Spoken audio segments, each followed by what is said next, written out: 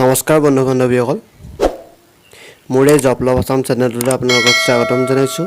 আপোনালোকৰ বাবে এটা ইমানেই ভাল খবৰ, আপোনালোকৰ দুটা ডিপাৰ্টমেণ্টত পদ মুকলি হৈছে আপোনালোকৰ বাবে। এই পদসমূহ আপোনালোকে অতি সোনকালে এপ্লাই কৰি ল'ব, এই সুবিধা নেহেৰুৱাব আপোনালোকে। আৰু আপোনালোকক মই এই চেনেলটোলৈ স্বাগতম জনাইছোঁ। যদি আপোনালোকে নতুনকৈ আহিছে মোৰ এই চেনেলটো ছাবস্ক্ৰাইব কৰিব নাপাহৰিব। এনেকুৱা ধৰণৰ যিকোনো জব আপডেট পাবৰ বাবে আপোনালোকে এই ভিডিঅ'টো চাই যাব। মই কৈ দিছোঁ সম্পূৰ্ণকৈ। অসমৰ পুনৰ দুটা বিভাগত পদ মুকলি হৈছে আপোনালোকৰ বাবে। জল বিভাগ আৰু পৰিবহণ বিভাগত আপোনালোকৰ পদ মুকলি হৈছে। আবেদন মাচুল এটকাও দিব নালাগে আপোনালোকে। এই আবেদন মাচুল নীল হয়। 224টাতকৈ অধিক সংখ্যক পদ মুকলি হৈছে। আপোনালোকৰ এই ডিপাৰ্টমেণ্টকেইটাত অতি সোনকালে এপ্লাই কৰি ল'ব। আৰু ভিডিঅ'টো অকণো স্কিপ নকৰাকৈ চাই যাব, তেতিয়াহে আপোনালোকে বুজি পাব। আপোনালোকে এইখন দেখিছে ট্ৰেন্সপৰ্ট ডিপাৰ্টমেণ্টৰ ফালৰ পৰা আপোনালোকৰ এইটো পদ মুকলি কৰি দিছে। আপোনালোকৰ গ্ৰেড 4 পোষ্ট হয়। আপোনালোকৰ এইটো আপোনালোকে অনলাইন যোগে কৰিব লাগিব, কোনো অফলাইন যোগে কৰিব নোৱাৰিব। এইটো পোষ্টত এপ্লাই আপোনালোকক মই কৈ দিছোঁ সম্পূৰ্ণকৈ। 1 নম্বৰ পোষ্টত ওলাইছে আপোনালোকৰ জুনিয়ৰ এছিষ্টেণ্ট। ইয়াত 8টাকৈ পদ মুকলি হৈছে। আপোনালোকে দেখিছে দৰমহা 14,000 পৰা 49,000 পৰ্যন্ত দিয়া হ'ব আৰু গ্ৰেড পেও আপোনালোকৰ থাকিব। আপোনালোকৰ 2 নম্বৰতে কৈ দিছে ষ্টেনোগ্ৰাফাৰ পোষ্ট হয়। আপোনালোকৰ ইয়াত মুঠ পদ আছে এটা। আপোনালোকৰ পে চেলাৰী 14,000 পৰা 49,000 পৰ্যন্ত দিয়া হ'ব। আপোনালোকৰ গ্ৰেড পেৰো থাকি যাব। আৰু কোৱালিফিকেশ্যন ইয়াত আপোনালোকৰ 8 পাছ, 10 পাছ আৰু higher secondary pass, graduation pass সকলোৱে এপ্লাই কৰিব পাৰিব। তাৰপিছতে আপোনালোকৰ পদ মুকলি হৈছে জুনিয়ৰ এছিষ্টেণ্টত। আপোনালোকৰ 56টাকৈ পদ মুকলি হৈছে। এয়া আপোনালোকে দেখিছে। ইয়াতো আপোনালোকৰ 14,000 পৰা 49,000 টকাকৈ দিয়া হ'ব মাহিলী আৰু গ্ৰেড পেৰো আপোনালোকৰ 6,200 টকাকৈ থাকিব। ইয়াত কোৱালিফিকেশ্যন বিচাৰিছে, গ্ৰেজুৱেশ্যন বিচাৰিছে, আৰ্টছ, ছায়েন্স, কমাৰ্চ যিকোনো ষ্ট্ৰীমৰ পৰা পাছ কৰিলেই হ'ব। 4 নম্বৰতে আপোনালোকৰ বিচাৰিছে নন অফ দ্য পোষ্ট হয়। এইটো কম্পিউটাৰৰ হয়। আপোনালোকৰ কম্পিউটাৰ ডিপ্ল'মা এইবোৰ থাকিব লাগিব, আপোনালোকে জানেই। ইয়াত আপোনালোকৰ এটা পোষ্ট মুকলি হৈছে। দৰমহা আপোনালোকৰ 14,000 পৰা 49,000 টকাকৈ দিয়া হ'ব আৰু গ্ৰেড পে 6,200 টকাকৈ থাকিব মাহিলী বা আপোনালোকৰ আগলৈ দি যাব। আৰু কোৱালিফিকেশ্যন ইয়াত বিচাৰিছে গ্ৰেজুৱেশ্যন বিচাৰিছে, আৰ্টছ, ছায়েন্স, কমাৰ্চ আপোনালোকৰ যিকোনো ষ্ট্ৰীমৰ পৰা পাছ কৰিলেই হ'ব।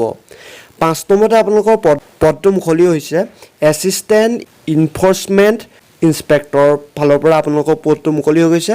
ইয়াত মুঠ পদ আছে আপোনালোকৰ 30টাকৈ ইয়াত মুঠ পদ আছে। দেখিছে এখন মাহিলী দৰমহা 14,000 পৰা 49,000কৈ দিয়া হ'ব আৰু এইখন দেখিছে গ্ৰেড পেও থাকিব আপোনালোকৰ।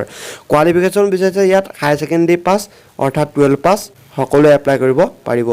6 নম্বৰ পোষ্টটো মুকলি হৈছে ইনফৰ্চমেণ্টৰ ফালৰ পৰা আপোনালোকৰ মুকলি হৈছে। ইনফৰ্চমেণ্ট চেকাৰৰ ফালৰ পৰা আপোনালোকৰ 6 নম্বৰ পোষ্টটো মুকলি হৈছে।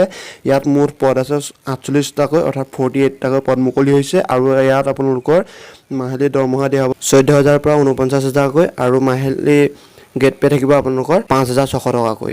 কোৱালিফিকেশ্যন বিচাৰিছে ইয়াত 10 পাছ বিচাৰিছে। আপোনালোকৰ 10 পাছ কৰা সকলোৱে এপ্লাই কৰিব পাৰিব। 7 নম্বৰ পোষ্টটো আপোনালোকৰ গ্ৰেড 4 পোষ্ট হয়, ডিষ্ট্ৰিক্ট লেভেলৰ পোষ্ট হয়। ইয়াত আপোনালোকৰ মুঠ পদ আছে 30টাকৈ। আপোনালোকৰ পে চেলাৰী 14,000 পৰা 37,500 টকাকৈ দিয়া হ'ব। গ্ৰেড পে থাকিব 3,900 টকাকৈ। কোৱালিফিকেশ্যন বিচাৰিছে ইয়াত 8 পাছ বিচাৰিছে। 8 পাছ কৰা সকলোৱে এপ্লাই কৰিব পাৰিব। আপোনালোকৰ 2 নম্বৰতে আহিছে আপোনালোকৰ under director of inland water transport office আছামৰ ফালৰ পৰা আপোনালোকৰ এই পদটো মুকলি হৈছে। ইয়াত আছে আপোনালোকৰ প্ৰথমতে জুনিয়ৰ এছিষ্টেণ্টত আপোনালোকৰ 13টাকৈ পদ মুকলি হৈছে।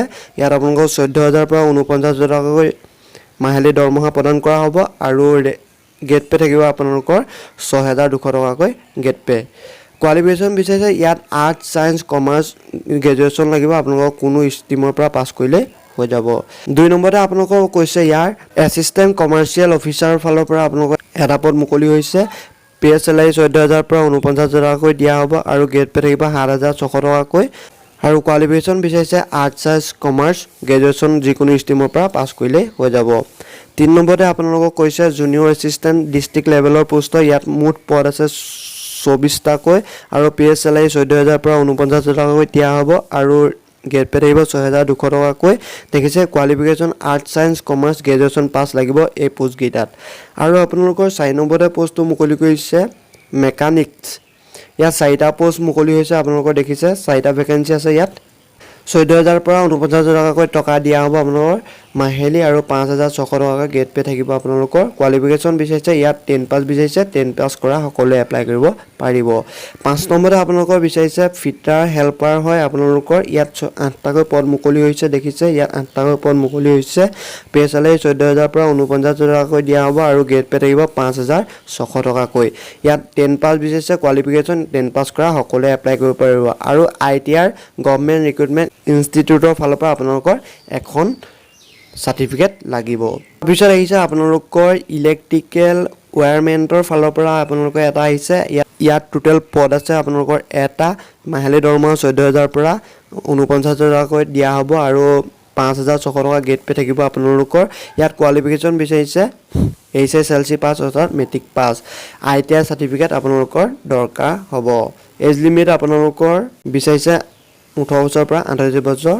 পৰ্যন্ত আপোনালোকে দেখিছে ৰিলেক্সেশ্যনছো থাকিব আপোনালোকৰ 5 বছৰ আপোনালোকৰ কাষ্ট অনুযায়ী দিয়া হৈছে ৰিলেক্সেশ্যনছ SC ST PST এইচৰ সকলৰ বাবে আৰু 3 বছৰ OBC MOBC সকলৰ বাবে ৰিলেক্সেশ্যনছ দিয়া হৈছে হাউ টু এপ্লাই আপোনালোকে কেনেকৈ কৰিব আৰু কেতিয়াৰ পৰা আৰম্ভ হাউ টু এপ্লাই আপোনালোকৰ আৰম্ভ হ'ব এইখন দেখিছে আপোনালোকৰ হাউ টু এপ্লাই 20/7/2020 অৰ্থাৎ জুলাই মাহৰ 20 তাৰিখৰ পৰা আপোনালোকৰ এপ্লাই আৰম্ভ হ'ব আৰু লাষ্ট ডেট হ'ব 8/8/2020 আগষ্ট মাহৰ 8 তাৰিখলৈকে লাষ্ট ডেট আপোনালোকৰ থাকিব এইটো আপোনালোকৰ এপ্লাই অতি সোনকালে কৰি ল'ব যদি আপোনালোকে বুজি পোৱা নাই মোৰ এই ডেসক্ৰিপচনত ইয়াৰ লিংক দি দিম আপোনালোকে তাত গৈ পিনে সম্পূৰ্ণকৈ এডভাৰটাইজমেণ্টখন চাই ল'ব পাৰিব আৰু লগতে এটা অফিচিয়েল নাম্বাৰ থাকিব আপোনালোকে যদি বুজি নাপায় তেনেহ'লে এই নাম্বাৰটোত কল কৰি সব সুধি ল'ব আৰু নহ'লে আপোনালোকে কমেণ্ট বক্সত গৈ কমেণ্ট কৰিব মই ৰিপ্লাই দি যাম যদি আপোনালোকে মোৰ এই চেনেলটো সাবস্ক্ৰাইব কৰা নাই তেনেহ'লে সাবস্ক্ৰাইব কৰিব আৰু আপোনালোকে এইটো দেখিছে